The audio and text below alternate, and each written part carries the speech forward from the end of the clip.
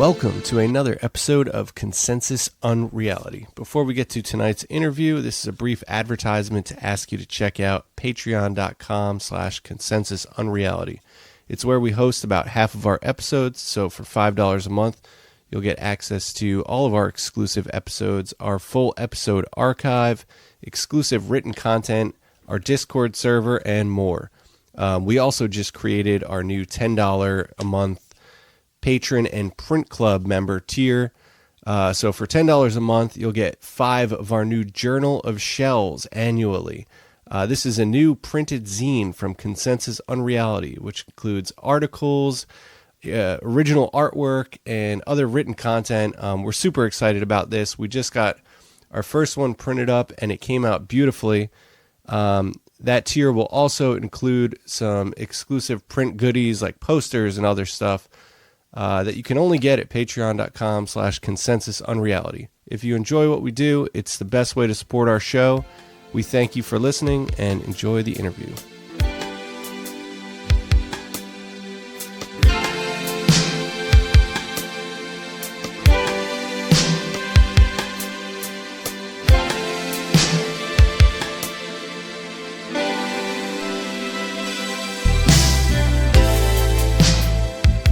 Welcome to another episode of Consensus Unreality, here with your hosts, Ben, speaking, and Dave, quiet.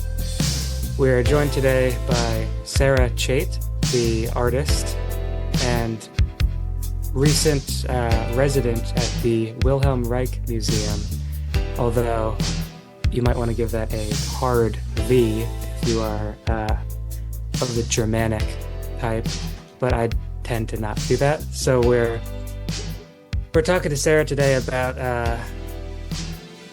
Reich and sort of what it's like, you know, investing time in that little sub-world out there in the very top of Maine. So yeah, it seems like an interesting place. Orgone boxes. Yeah. Orgone boxes and all that stuff. Orgone boxes. So welcome to the show. Thank you, Ben and David. I really appreciate it. I'm very happy to be on here. I guess a good place to start for me is how I got into Wilhelm Reich, because when I was working at the museum, or even just, applying to the position and getting, rubbing shoulders with people in the Reich world, the first question they always ask you is, how did you discover Reich? Which, is a good place to start for such an iconoclastic character. Sorry if my voice is kind of froggy. I have bronchitis, so I'm so sorry about that. But I grew up with William Steig's books, the guy who wrote Sylvester and the Magic Pebble, Shrek the Book, Dominic, which is a personal favorite of mine. And when I was a teenager, I think around like 15 or so, my mother got me for Hanukkah a book of Steig's illustrations that he did for other people from not his own books or not for the New Yorker. And I remember seeing the ones that he did for Wilhelm Reich's very angry essay, Listen, Little Man.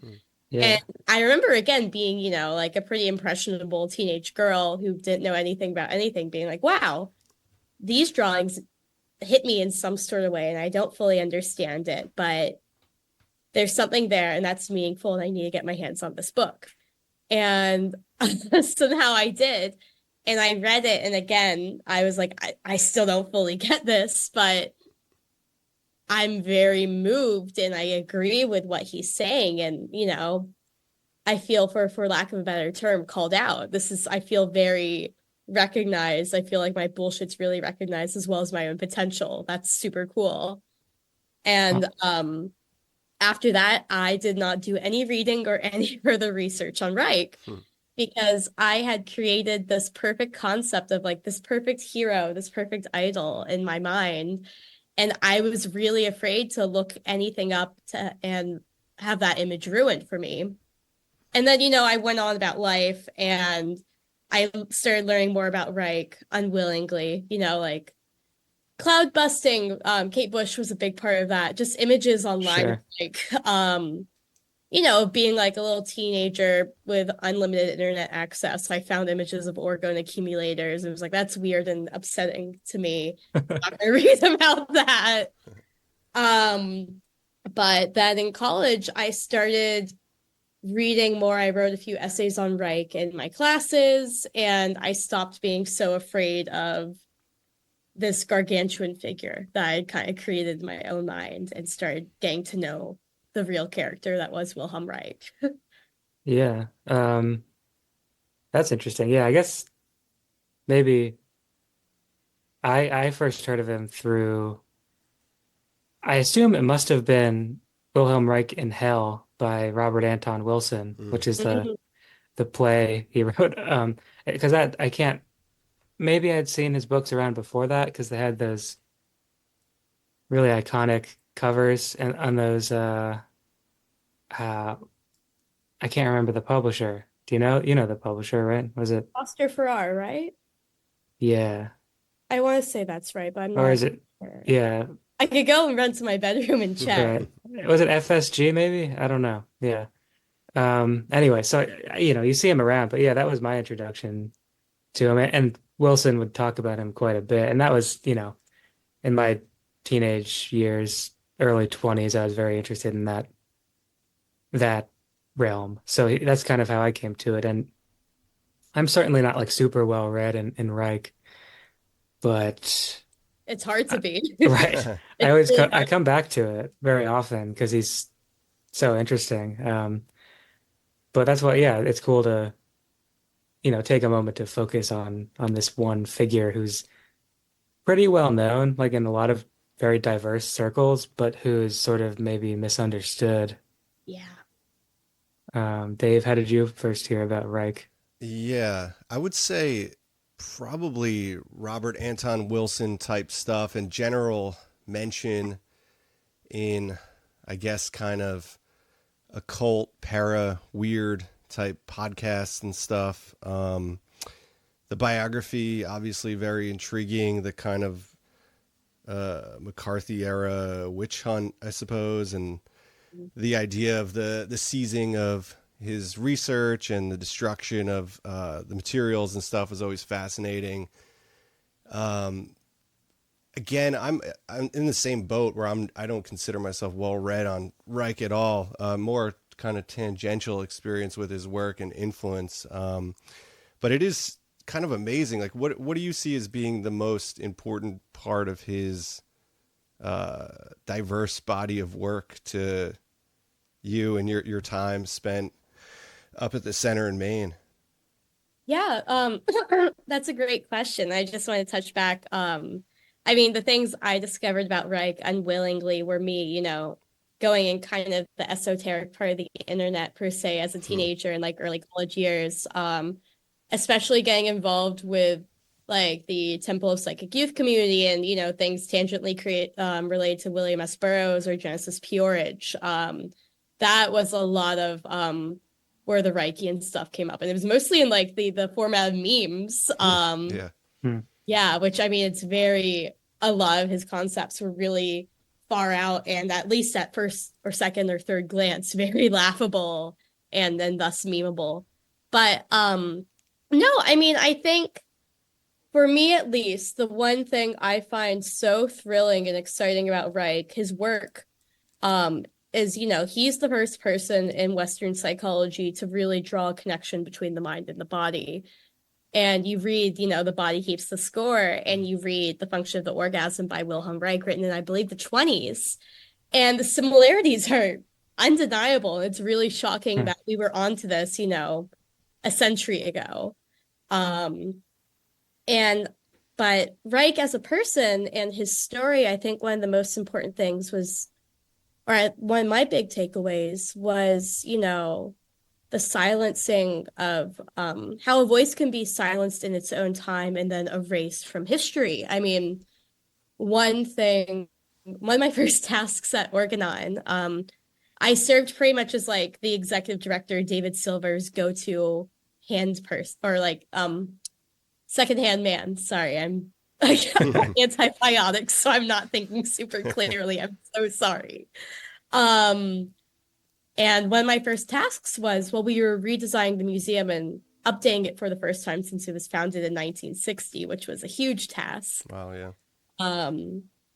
And I guess like a decade beforehand, someone working at the museum had started stealing books from Wilhelm Reich's personal library.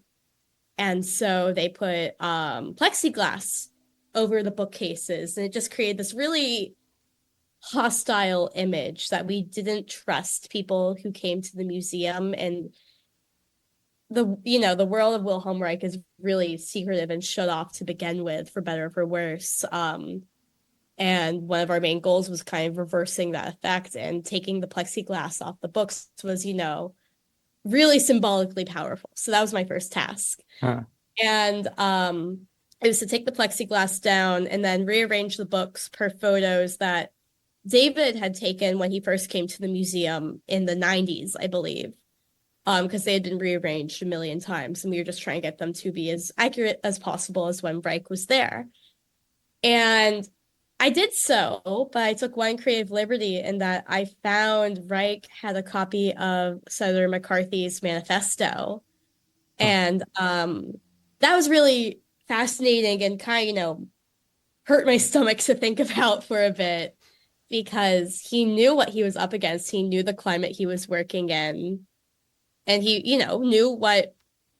knew who his enemy was and had that text on him.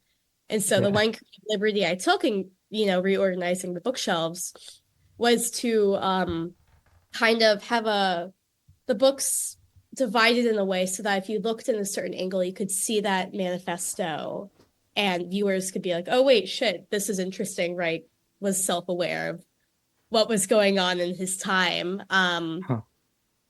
And so I think the legacy of Reich, forgive me, sorry.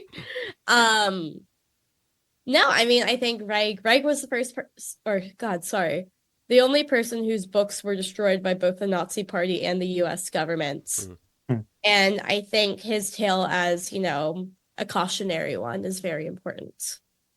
Right. Huh. Yeah. Yeah, that is. Yeah, because I tend to forget. Did he die in jail? Yeah. Right. Yeah.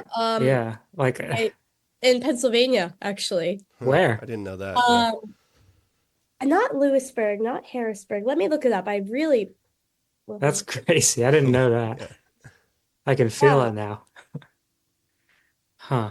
Yeah, that's brutal. Yeah, it's I forget the name of the prison. Continue talking and I will remember where it is. I'm just looking it up.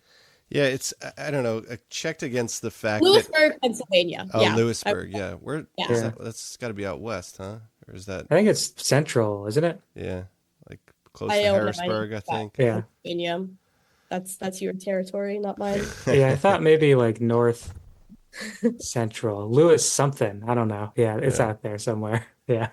Yeah, it's fascinating that he worked at a time with both Einstein and Freud, and yet was so heavily persecuted. That like didn't go a long way, I guess. Well, I mean, he was a very difficult person. If you read Sheriff's Fury on Earth, it really gets to the core of Reich was a difficult guy to be around and was really a black or white kind of person. And it was very polarizing. And I mean, his relationship with Freud, he was Freud's wunderkind until they kind of had a falling out where Reich wanted to go more into the sexual side of psychotherapy and psychoanalysis, while Freud and his crew were trying to step away from that just because the rise of the Nazi Party and the anti-sex movement in Germany at that time, and trying to really legitimize themselves as a science and not get into, degenerate stuff. Right.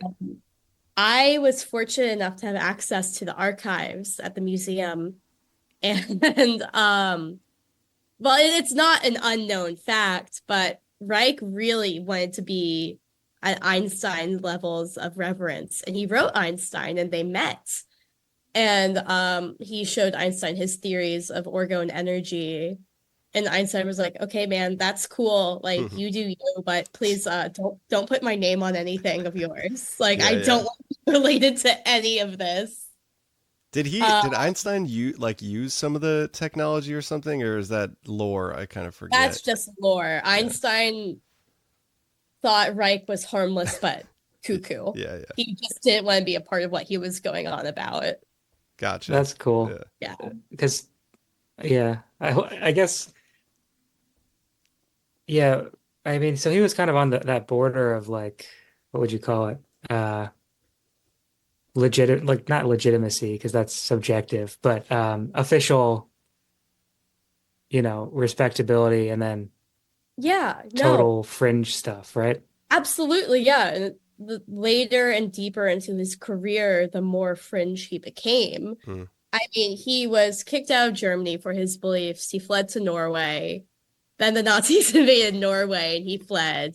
And then he came to the United States. And as Sheriff wrote, him being such a difficult person kind of isolated himself from, the world of American psychotherapy and psychoanalysis and kind of shuttered himself away in Rangeley, Maine until the FDA of all government powers came after him. Yeah, that's wild. What was his relationship like with like the Jungians? Because I feel like that's another, if anything, I don't often hear them in the same breath. Do you know anything about like what he thought of that? I do not. At my time in Orgonon, I really focused on Reich as a person and really trying to humanize him. So I feel like the Wilhelm Reich Museum website has a lot of great information. I'm going to put them a lot on here. Yeah. And so I can't answer that for sure. I'll answer it. I think that they reckless speculation. Yeah. Hell yeah. They were both like kind of disciples of, or contemporaries of Freud. So I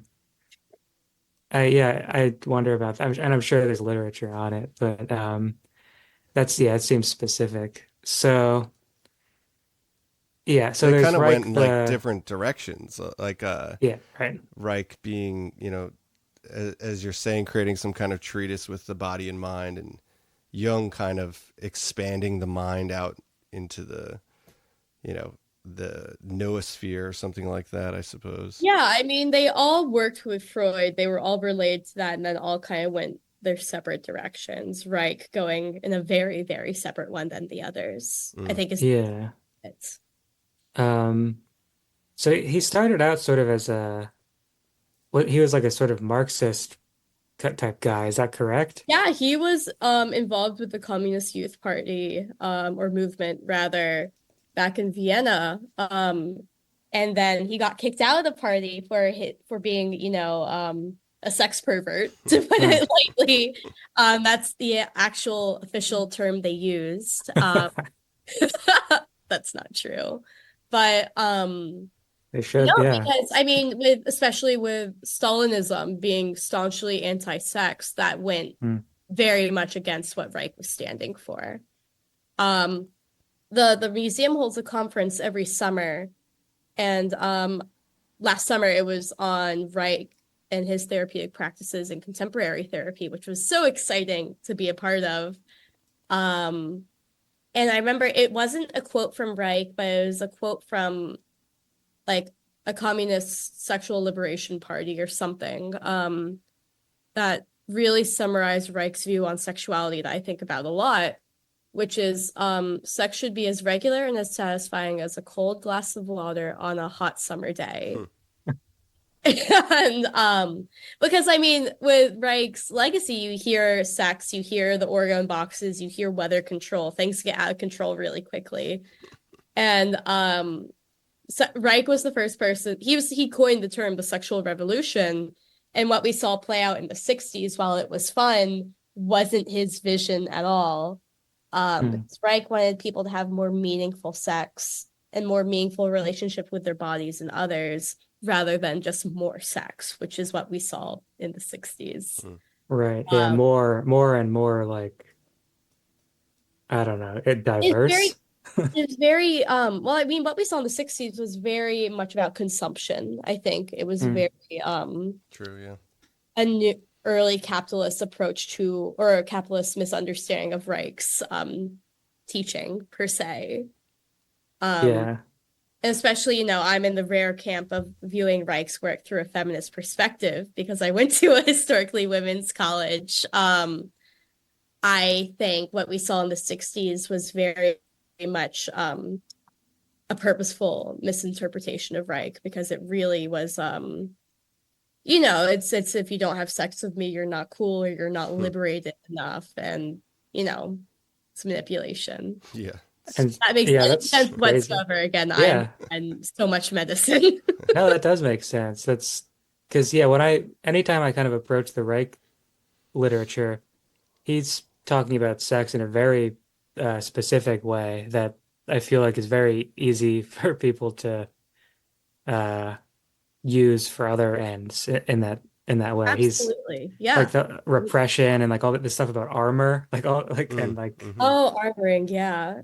And I mean, there's the 1971 film, I want to say, WR, The Mystery of the Organism. yeah, That's a complete misunderstanding and misconstrue whatever yeah, of Reich's word. And I mean, it's a fun movie, but it's not what he was aiming for at all. And yeah.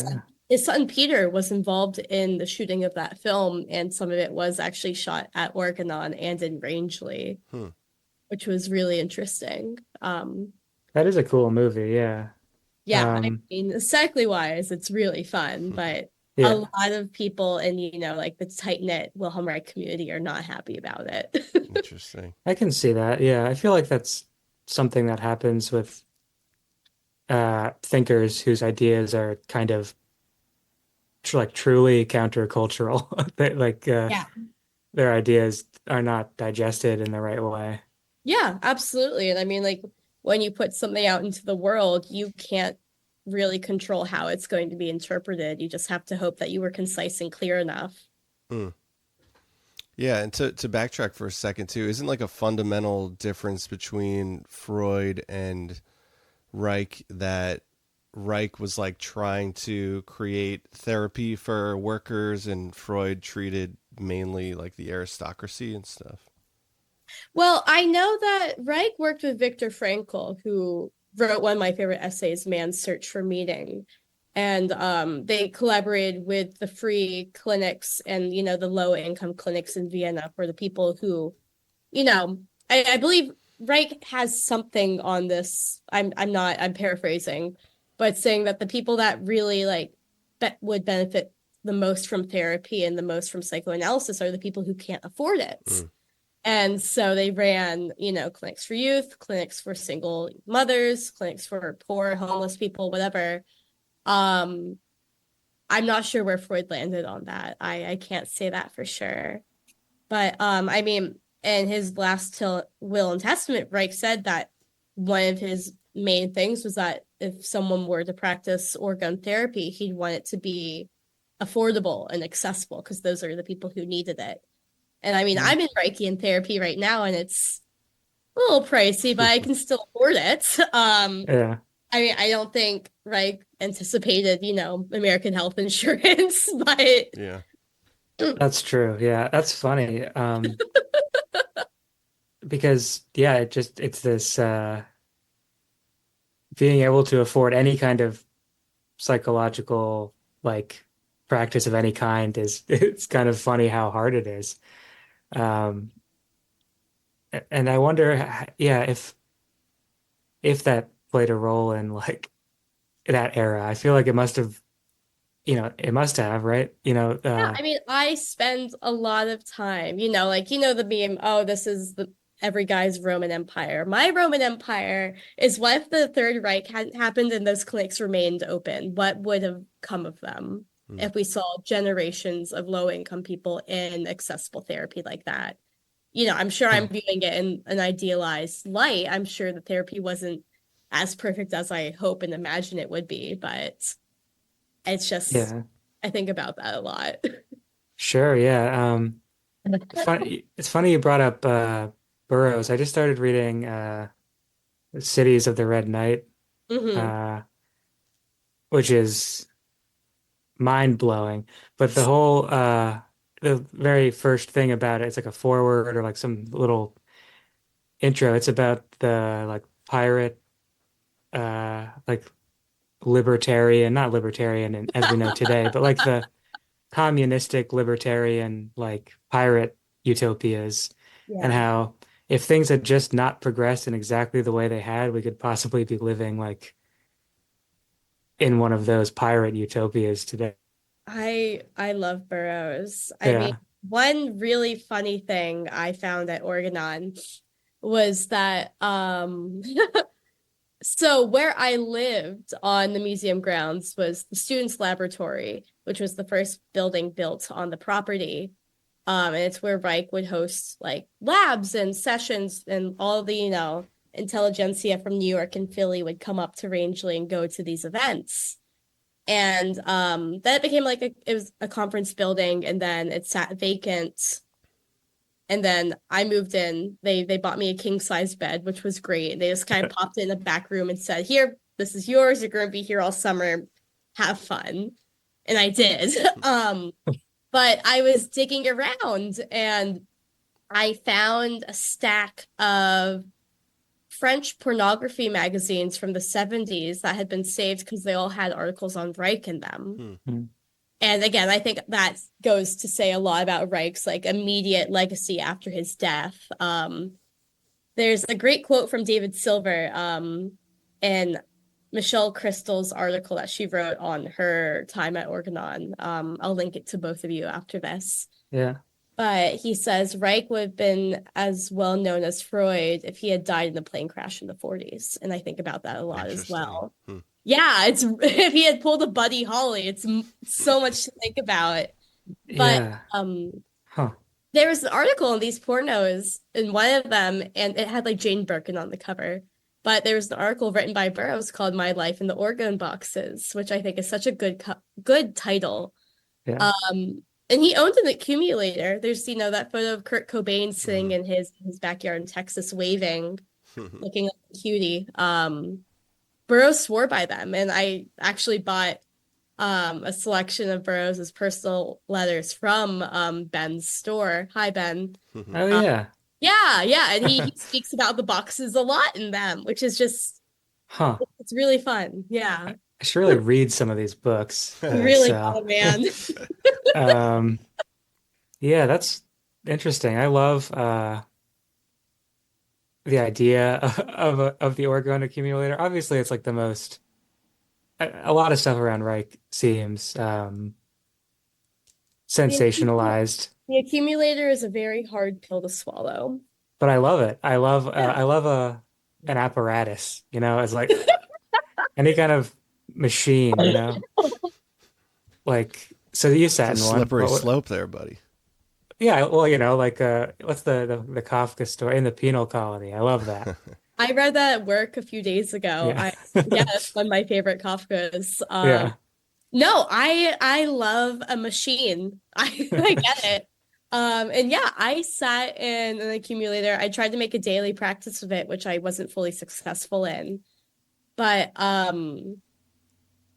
there's something to it. I can't put my finger on it.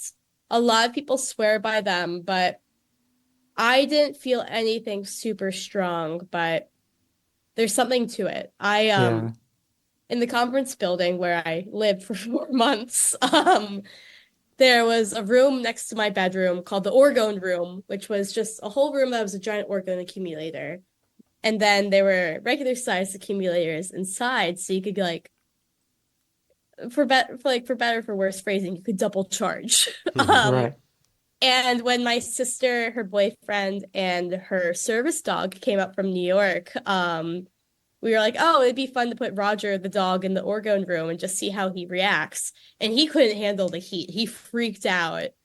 And I was talking to my sister about it afterwards, and she was like, yeah, I mean, either he thought he was in a giant microwave or he felt something. Like, it's undeniable that there's something going on with that. Yeah. How hot are they? They are no, I wasn't. They don't like have a temperature. I was just saying Right. he couldn't handle it. Something in the room freaked him out. Oh, I see. Okay. I was Um, like, no, I no, hope it wasn't no. like a sauna. Yeah. No. There's I can't laugh.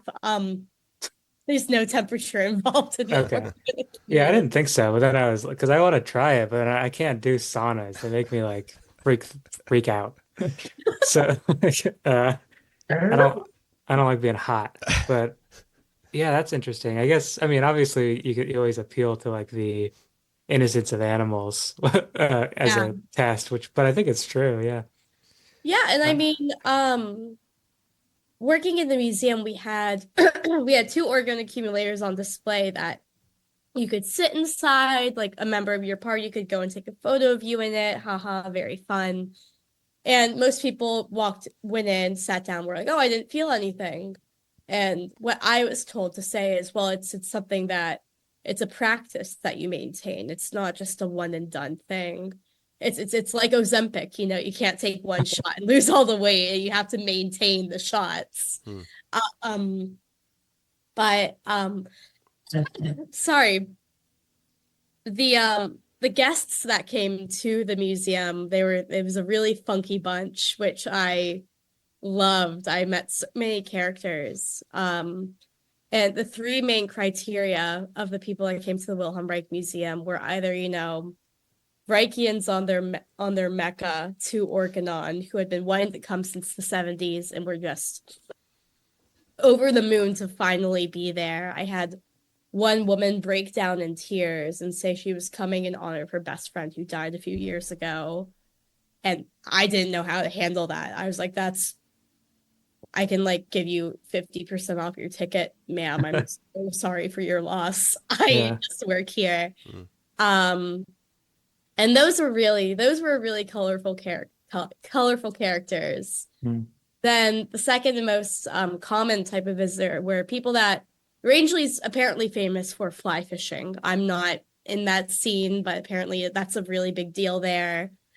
And so people would come for the outdoors. It's gorgeous in Maine. There are these huge lakes in that town. And it was a rainy day, and they went on the Rangeley town website to see what there's to do that's not outdoors. And they're like, oh, a museum that costs $10 to get into. Let's try it out. Why was this weird German here to begin with? And they'd come in and they'd either laugh when they see the word orgasm or like very softly lean into me and be like, do you really believe in all of this? Yeah. Like, what's going on? And my answer was sometimes. Sometimes I do. Yeah. It depends on what part of all of this you're asking me about. And it was great because sometimes you'd see these guys in like full camo hunting gear get lost in Reich's extensive library or like listen to the recording we had of him speaking to an audience on loop a few times over and just like get really into it. Or again, just laugh at the word orgasm or like have a funny photo in the box and that was it. Yeah. And then the third and the smallest population that came in and my least favorite population that came in were the hippy dippy people with vague conceptions of energy who would tell me about vaccines and 5G. Mm-hmm. Hell yeah. That's my people. I know I'm on the esoteric podcast. I'm Yeah. an No. expander to the main listeners. No, you're right. But they, I mean, once you get into the territory of a life energy, you're going to attract those kinds of people.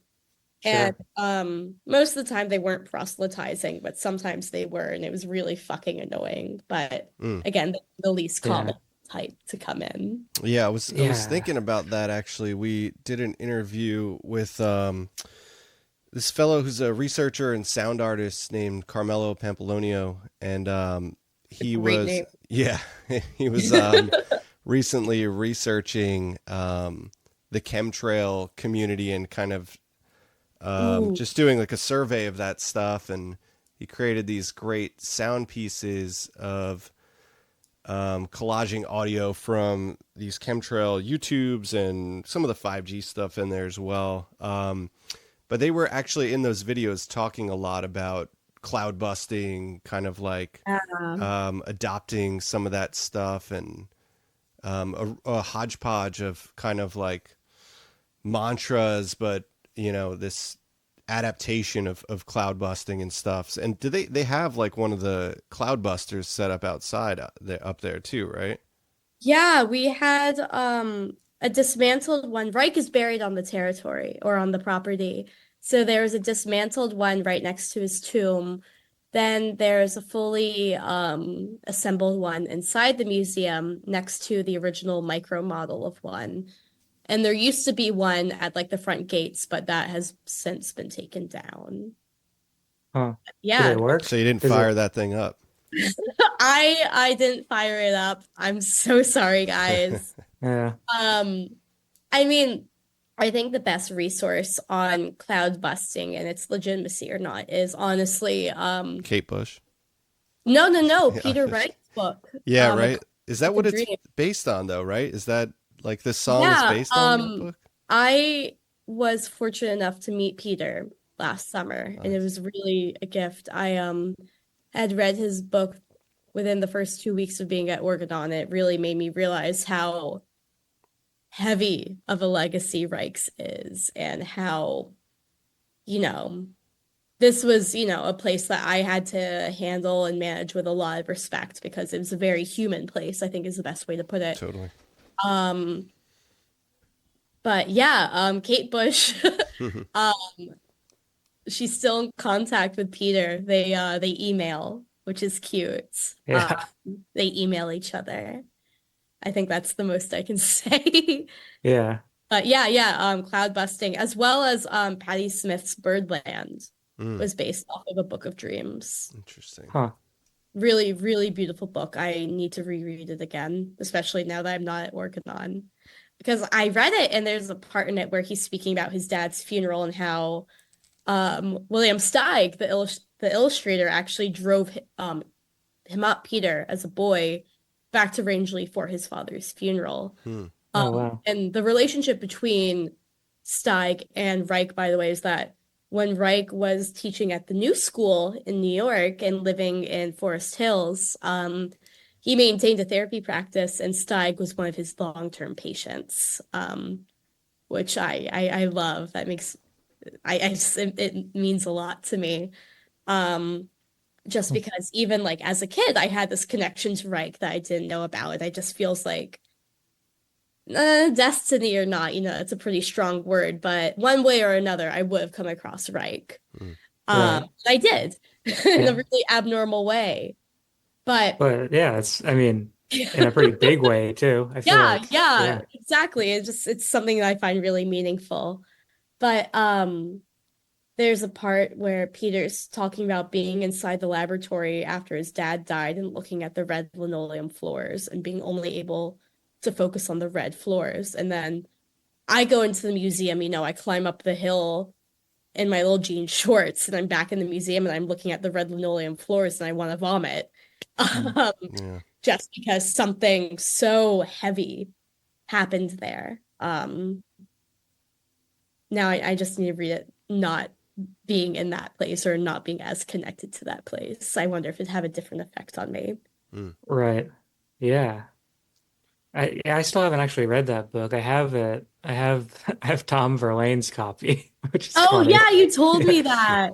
Yeah, you should really read it, especially if you want to get a little more into Reich. It's It's been out of press for some time, but I know if any viewers want to get their hands on it, I believe there are bootleg copies on Amazon or PDFs online. I'm sure. Yeah. Recommend going to Ben instead, or stores like this. But if you're really desperate, I'm sure you can dig something up. Yeah, you almost always can. There's some stuff you can't find, but I'm sure someone made a. It's a majorly published book. It's not like we're talking about like a little one-off project done by a nobody.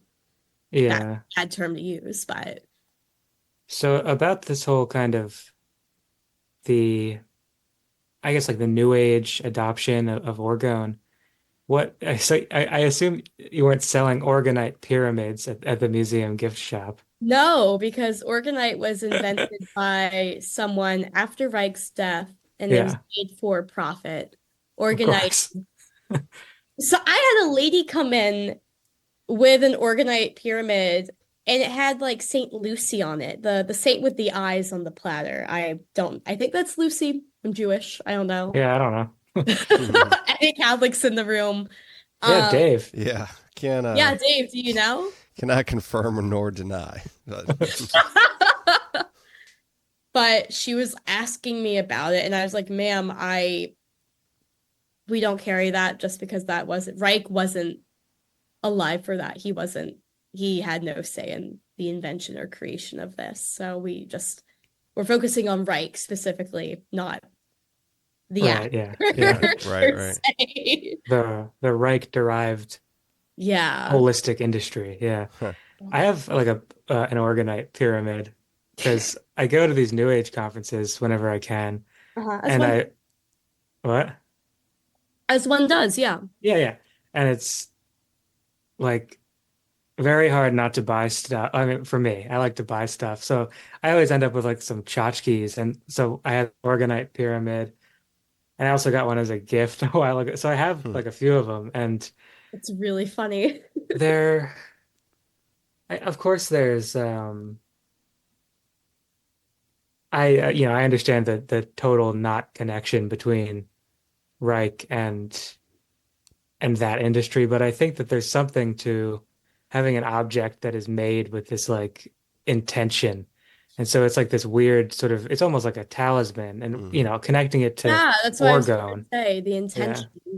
No, I definitely know what you're saying, and I considered, like if I ever found one at a thrift store or something, I would definitely pick Oh, it yeah. up because of that connection, but it's Yeah. not something I'm going to seek out and buy off of Etsy. I'm not going to buy No. like Yeah. an $80 thing of resin. I have I the know. means to spend $80. Did I love that it's resin though.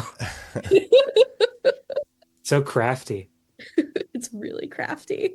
did he have like in his lifetime? Did he make like smaller devices and stuff, like smaller orgone accumulators, or? Oh, well, I have a really great story related to that because an orgone accumulator can be anything. It can be an orgone. The best way is a story to explain this. That I was in the kitchen in my little house on Orgonon. I was prepping something for the summer conference, and Reich's granddaughter, Renata Moyes, who's on the board of the museum, was there helping me. And I cut my hand a little bit. It wasn't anything big. And she's like, oh, I'm going to make you an orgone bowl so that next time this happens, you can put your hand in it and it'll start healing faster. And I was like, oh, okay. I haven't heard of that before. And then the next time she came to Rangeley, she had brought a metal bowl that she had put steel wool fabric around, and I could just put my hand in. And if I cut myself again, I just put it in and expedite the healing process. Reich never made claims that the accumulator would solve diseases or fix anything, but it'd rather help, nature on its course of healing. And one of the big things that he was arrested for was the false claim that he claimed the accumulators would cure cancer. And that's why the FDA was going after him. And, it's you look more into that case, it's a little problematic because he said it wouldn't cure cancer, yet he was only doing trials on people with terminal cancer with the accumulators. So it's, speaking about tension, don't know what that was about. But, yeah, I mean, there's the orgone accumulator, there's the orgone blaster, there's the orgone bowl. I have something that I picked up from Gray Matter Books in Hadley, Massachusetts a few years ago. Great place. Great place. When I was living in Western Mass, I was there all the time. Me too. Oh yeah, I forgot. Yeah, Five College Consortium. But I picked up this pamphlet. I think it's from Orgonomics. I forget exactly, but They had orgone vests, they had orgone socks, they had, I mean, there's the orgone blankets, which my therapist suggested I should probably make one for myself, which I plan on doing. I Once I want one of those. A blanket? Yeah, the museum is also working on creating orgone blankets. Stay tuned for that. Ooh. Um, but you can also DIY them. Um, there's the DOR blaster, which is the I don't fully understand that, so I won't go into it. And then the largest invention, which is the Cloudbuster. Do you know like what Cloudbuster. the makeup of the Cloudbuster was? Is it like copper or something or Metal tubes and water. okay. Um, they're huge. I mean, they're like 14 feet tall. I don't know the exact components and if some things had to be like made out of certain metals or not. But because I mean, again, I've seen videos on YouTube of, kind of far out people making their own cloud Oh, sure, busters. yeah. There's a great one where it's this guy and he has one and it's like 2 feet tall. And then he's filming the sky and you can see like a clear edit and then a cloud disappears. And he's like, it worked. It worked. I busted the cloud, even though like the cloud buster is supposed to make clouds. Like Yeah, he didn't even understand the prompt correctly. He busted the whole matrix open. He messed up big time. That's Yeah, because so weird. it was supposed to like create rain, right? Yeah. Yeah. There's a story where there was a drought in Rangeley and Reich used the Cloudbuster and it helped, bring the blueberry harvest for that year. Maine blueberries. I don't know much about that other than, the blurb I just said, but Oh, I believe there's something in the museum about that. I believe we have a little audio tour on that part of it. huh. Well, so what is the museum like?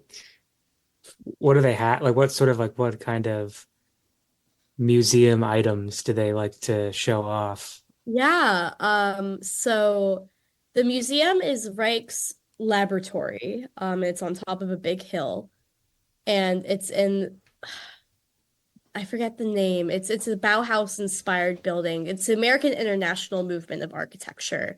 If you look it up, it's a crazy building. It does not fit in rural Maine at all, but it's beautiful. I really, really liked the building. And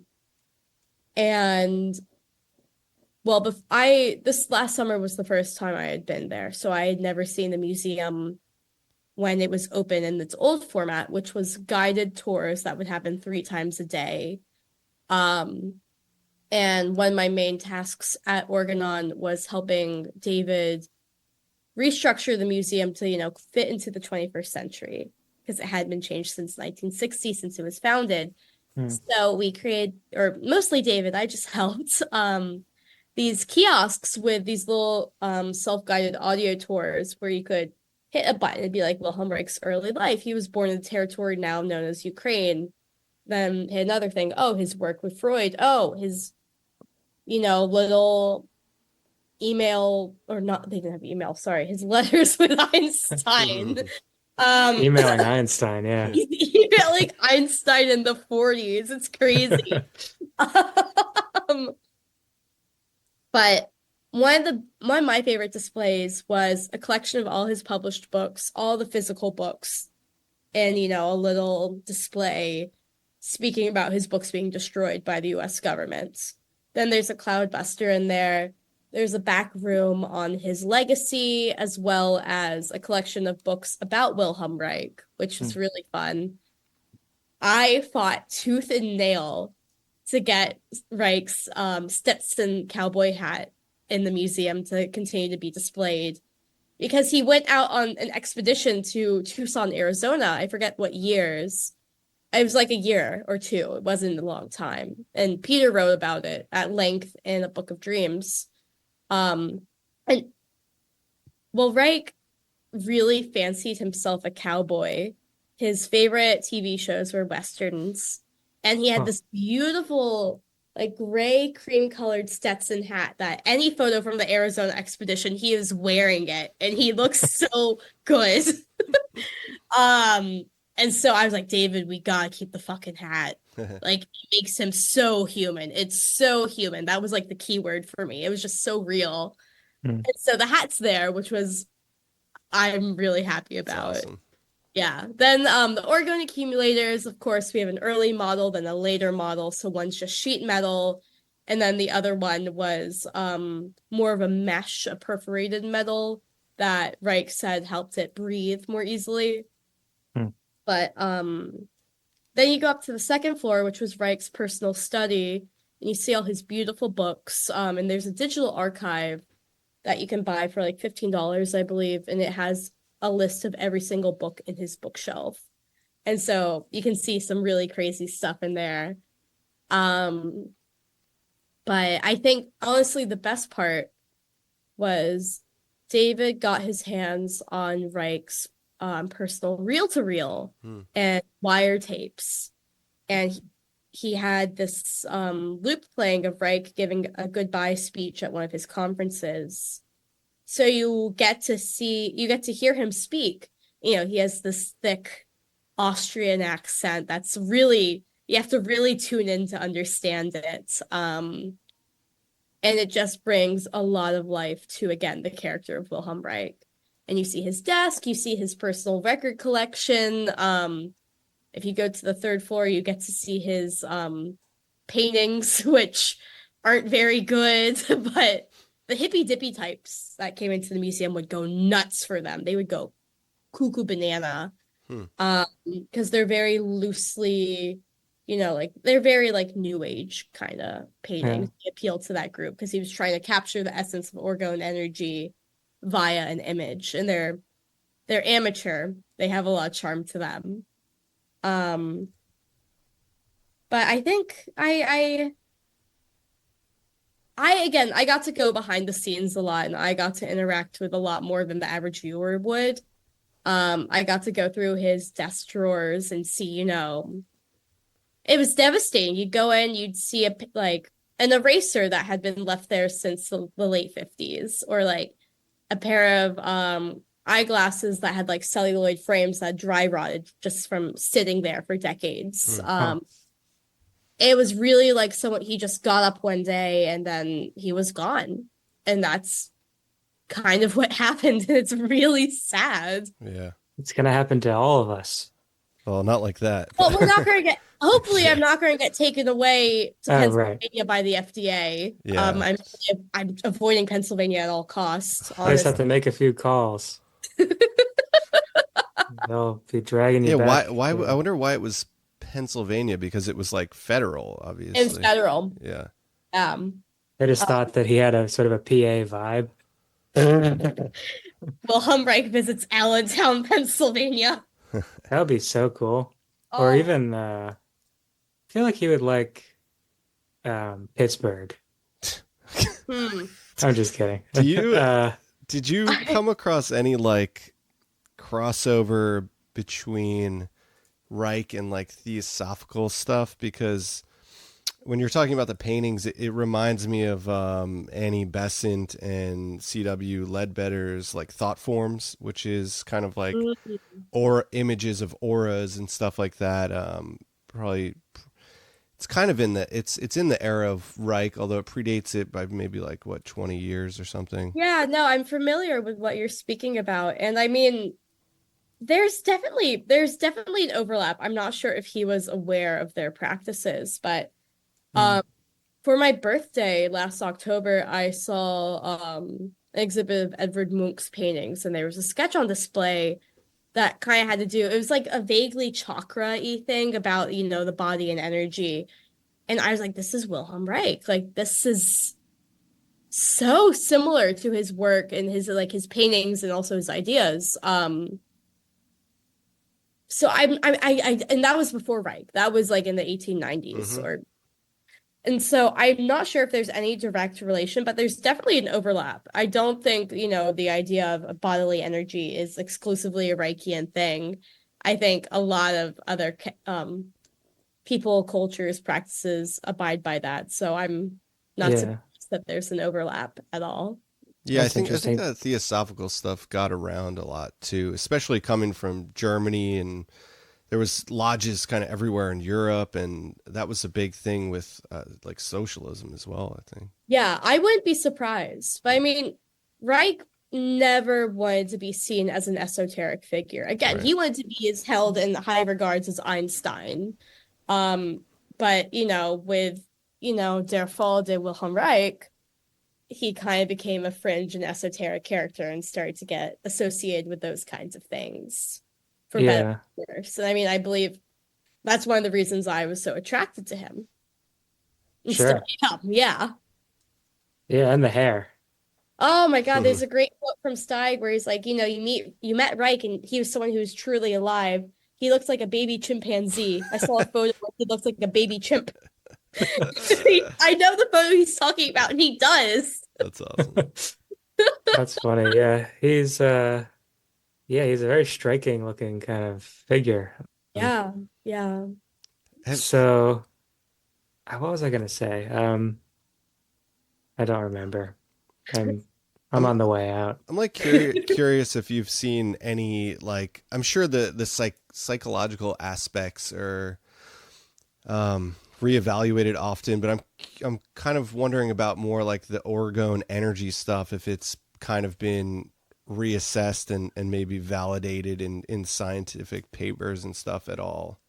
Well, it's hard to say. I mean, after his death, Reich was kind of, or even before his death, he was kind of blacklisted from any scientific community or any one that would take him legitimately.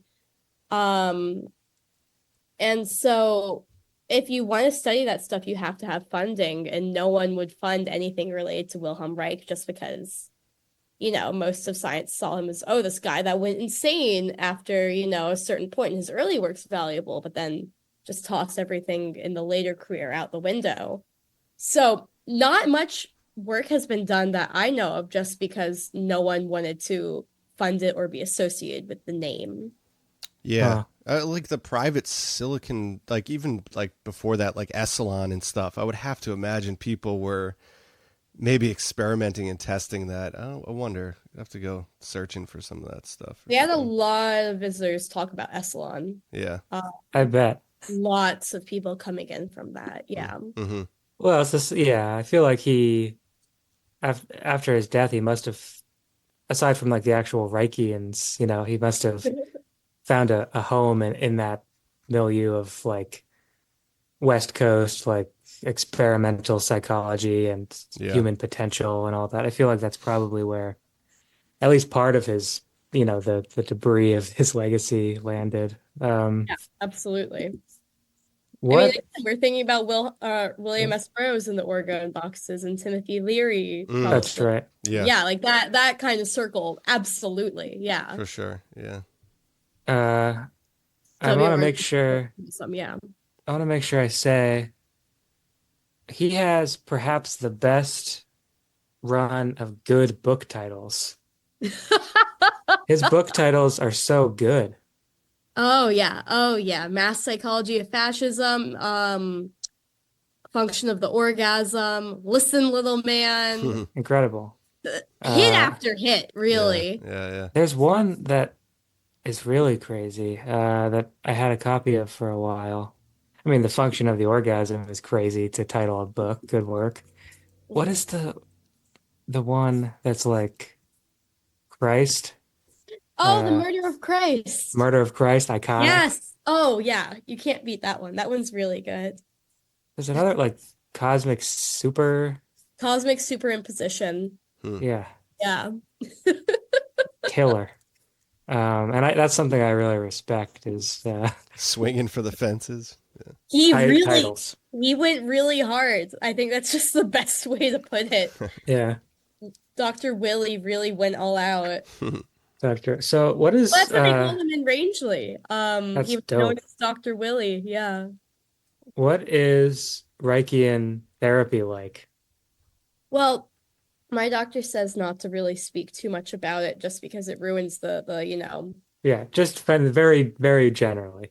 I lay down on a bed. That could go a lot of ways. Well, yeah, But no. I mean, like it's yeah, very Freudian in the sense you lay down, yeah. and you focus on your breathing. It's a lot of breath work because when I Mm. first went into orgone therapy or Reichian therapy, I prefer to call it that. I didn't really know what I was expecting. I just knew it had to do a lot with the body. It was a very somatic experience. I was like, okay, am I getting like a massage? Am I going to be touched during this? You're not. That's Uh, good. yeah, a lot of it is breath work. That's And good. Yeah. relearning how to breathe, I think is the best way to put it. Does it help? I've seen a lot of I've seen a lot of growth from when I started in November. Mm. And I mean, again, like I've gone through some major life changes since I Yeah. started therapy. I mean, like I left Western Mass and moved to New York City. I ended a significant relationship. And A this lot. like helps like kind of you think with like changes? Well, I think so. Yeah. I mean, I've been making a conscious effort to work on myself, and I think therapy has really helped me push through that. But a lot of it is a lot of deep trauma work. And again, finding out where in your body you store trauma or, you know, bad experiences. I know trauma is such a bad buzzword, but Right. we're literally speaking about therapy, and that's what this is. Yeah. Do they And use that like nomenclature? I'm not sure if he did exactly, but Yeah. I think it was more like, experiences, traumas, you know, impactful things from one's youth, etc. Um, I'm not sure when the term trauma really started being popularized in therapy, but yeah, I mean, I store a lot of stuff in my upper chest and my upper back and neck, which Huh. I was already aware of, but see, I'm doing a breath now. I believe therapy has helped so far. It hasn't been easy. It hasn't Hmm. been fun necessarily. A lot of it is difficult work, but it's important work. I'm not suffering in vain. It's very meaningful and focused discomforts. Yeah, that's so it's interesting I mean from what it sounds like, it sounds wildly like the psychoanalytic stuff that Jung and Freud were doing. Yeah, I mean, it's very much like 20th century psychology. It's very much similar to that. Mm. I think it's the closest one could get to lying on Freud's couch. But there's no like dream uh interpretation, or is there? My doctor doesn't do that. Yeah. I don't really think so. Yeah. I'm just so interested in where Reich diverged from like the main current of psychoanalysis and then where psychoanalysis got left behind by psychology and wherever we are now, like neuropsychology, like SSRI psychology. Yeah, But you know, yeah, God, yeah, you're absolutely right. And I mean, I've been wondering a lot about, I take SSRIs and I wonder if that interacts with my therapy now and the role being on the antidepressants plays in therapy. There's a lot to say on that. And I think speaking to someone who's a little more knowledgeable on, Reich as that in that direction would be yeah. better. I can't really Oh, say oh necessarily. yeah, we're in the realm of pure speculation. No, absolutely. Great Yeah, place which to is be. yeah, it's after all. But no, yeah, it's really I'm so interested in that the different like methodologies in these forms of therapy because I feel like we live in this culture where in which therapy is a drug that you're able to take almost like you Yeah. go to therapy for this result of being someone who functions good Yeah, no, and like the amount of like therapy is hot tote bags I see in the city is crazy. yeah. Um, and it's therapy isn't a cure-all, obviously, and a lot of it, I mean, like I've been in talk therapy since I was a child, And this is my first time in, quote unquote alternative therapy and Reichian therapy. And my doctor says I speak too much and I need to feel more. I intellectualize too much.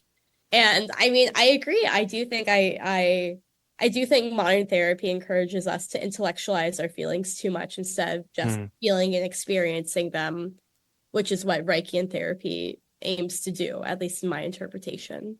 That's kind of his whole thing, has to do with that, where our feelings go, right? And like what that's doing to the entire world. Yeah, exactly. And not just for oneself, but also society. I mean, there's a lot of that in Function of the Orgasm and Mass Psychology of Fascism, in which, I mean, like, he pretty much says fascism is racism and sexual frustration, which, like, I mean, super, super simplified, but he has a point. There's a point made there. Yeah, it's crazy. Like, I know he didn't want to be regarded in this esoteric way, but it feels like it relates so much to like alchemical stuff and the transmutation of emotions into like forces in the world and stuff. And I'm not familiar with that person's work. If you could walk me through that, I'd appreciate that. I was just saying like alchemical texts and stuff, and like the idea of like an egregore, like like alchemy rather. Okay. Yeah, we're talking about the occult. But no, yeah, I think that's true. Yeah, like how things have one shape and then they're kind of transposed out into the world, and they take this shape that is hard to recognize. Like one person's, what was his idea of like not emotional plague? Like, what is that? The emotional plague is later in his career, and I'm not exactly sure. I will be completely honest. It's quite a good name.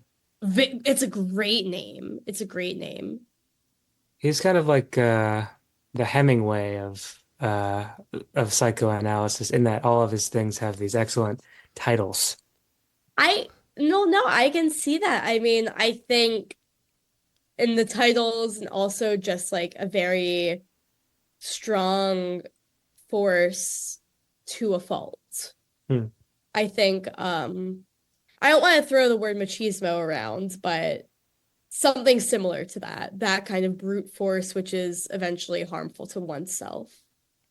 What do you think he could have done that would have changed the outcome of his life?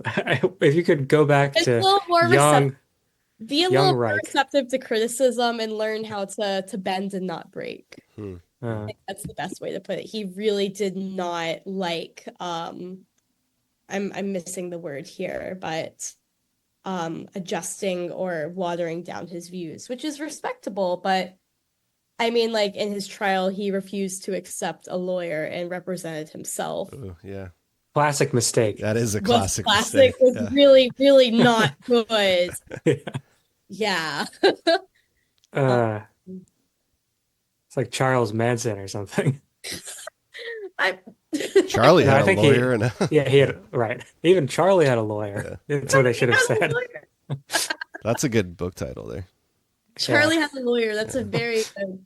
That's like a good like song title. Well, I'm thinking about like the Clash's Charlie. Sure. Charlie can't surf, but lawyers, guns, and money.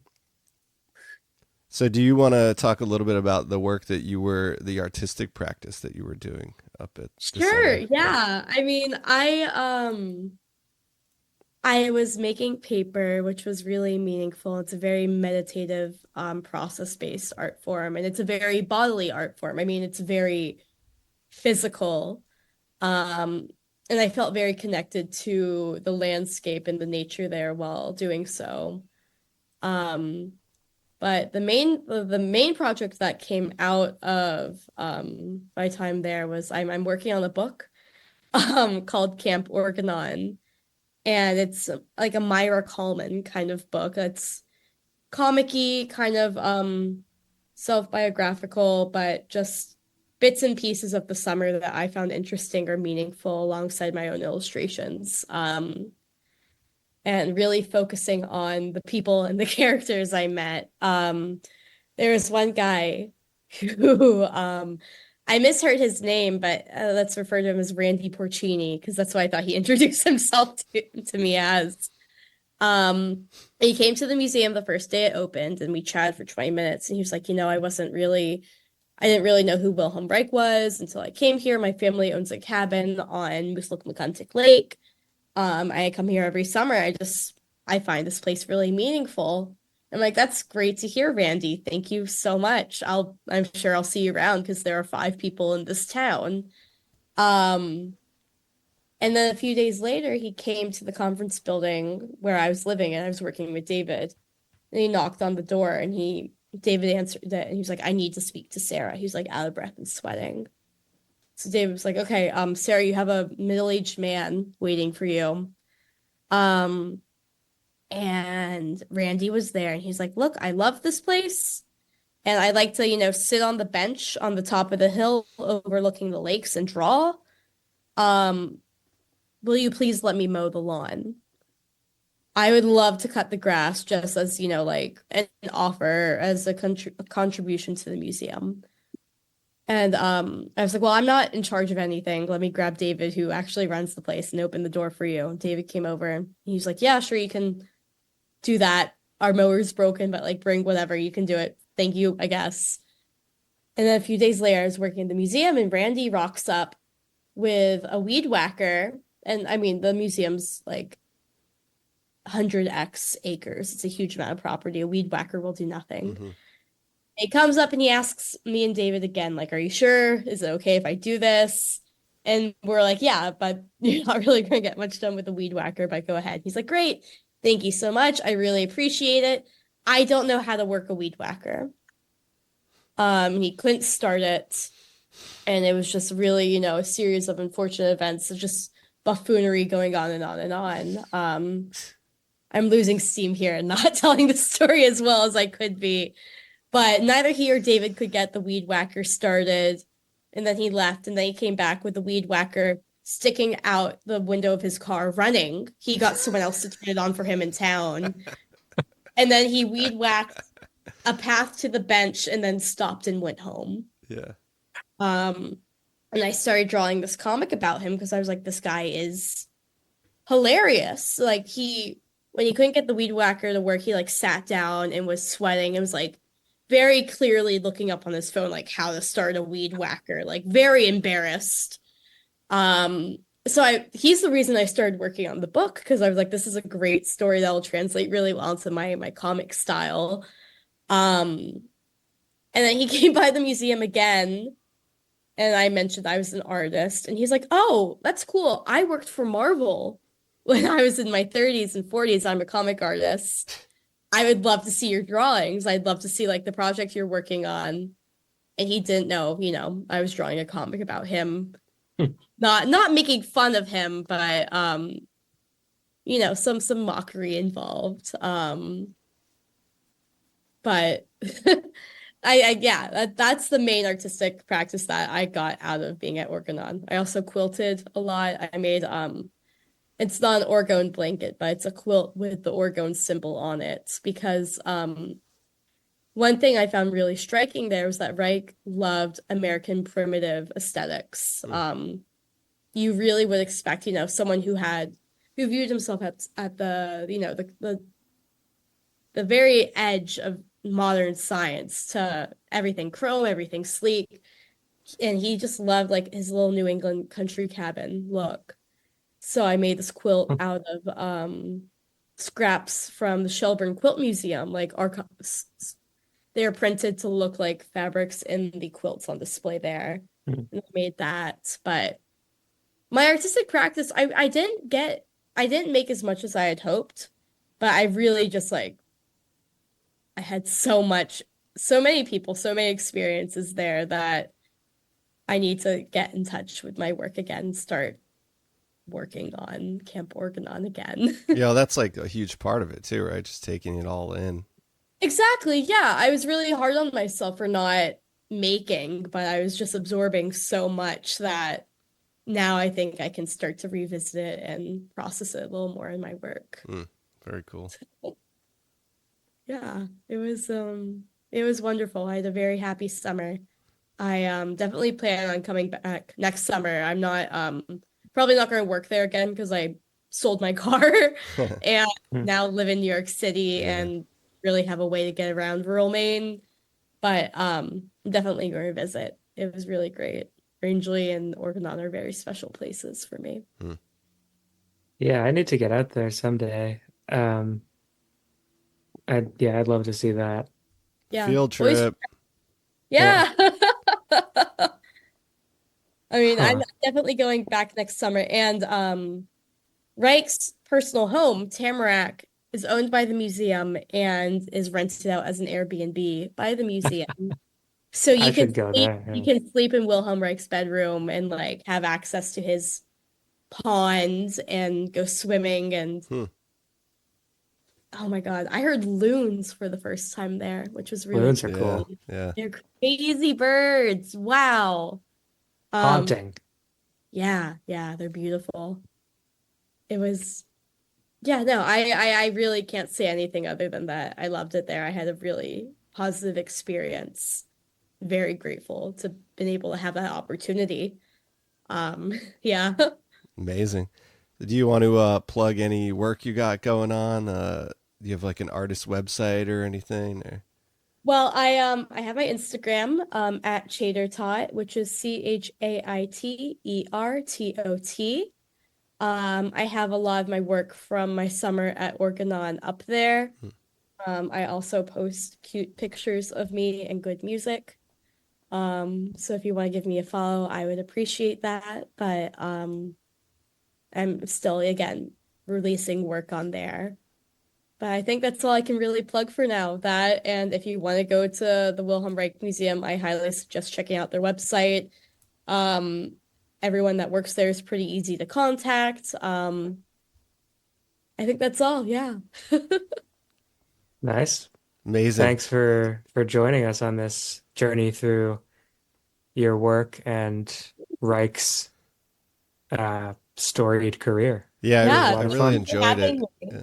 Yeah, I mean I can talk about this stuff for a really long time. If I were in better condition, I probably could go on longer, but life it's like that sometimes. Sometimes you get sick. Yeah. Sometimes you get bronchitis. I would love to revisit some of the specifics now that we have some guideposts in there, you know.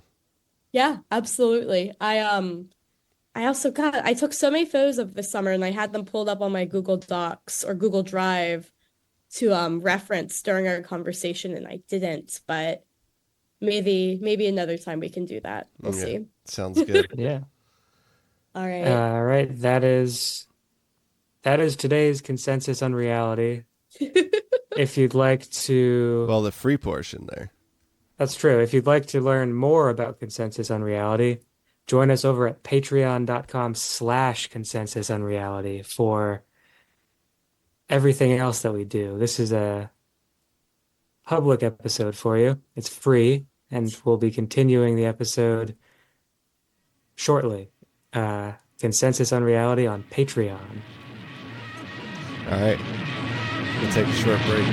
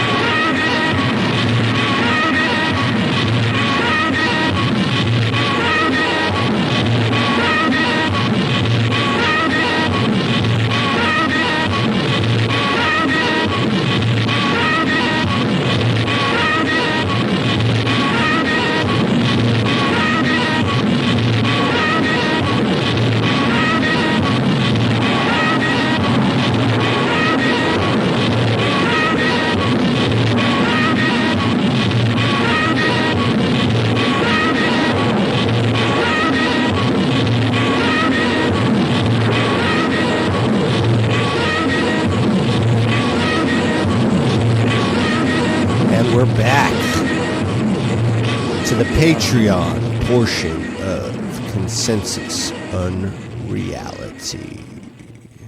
What's up, Ben?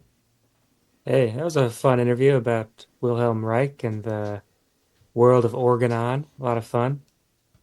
For sure. I was just playing a little music from Aaron Dillaway's Door with No Handle cassette on Chocolate Monk, the Chocolate Monk label by Dylan Niukis. A little taste coming back in there. That sounds nice. So I guess since we last spoke in this form... I'm sorry, that was actually on Hanson Records, but the CD was on Chocolate Monk. All right. Let's... I just want to get it right, Ben. What do you mean? It's not serious. You just talked about book titles of Wilhelm Reich. You were like, he's got sick book titles. Well, I think about these things. No, they were cool. They were cool. So, since our last Patreon episode, we have released the first issue of the Journal of Shells, the Consensus Unreality zine that we'll be sending out to Print Club tier members of the Patreon. Pretty briefly, I just got these very nice stiff cards. On patreon.com/consensusunreality you will find bonus episodes, written content, and much more. This recording contains an exclusive follow-up and bonus episode only on Patreon. Thanks for listening and enjoy the show.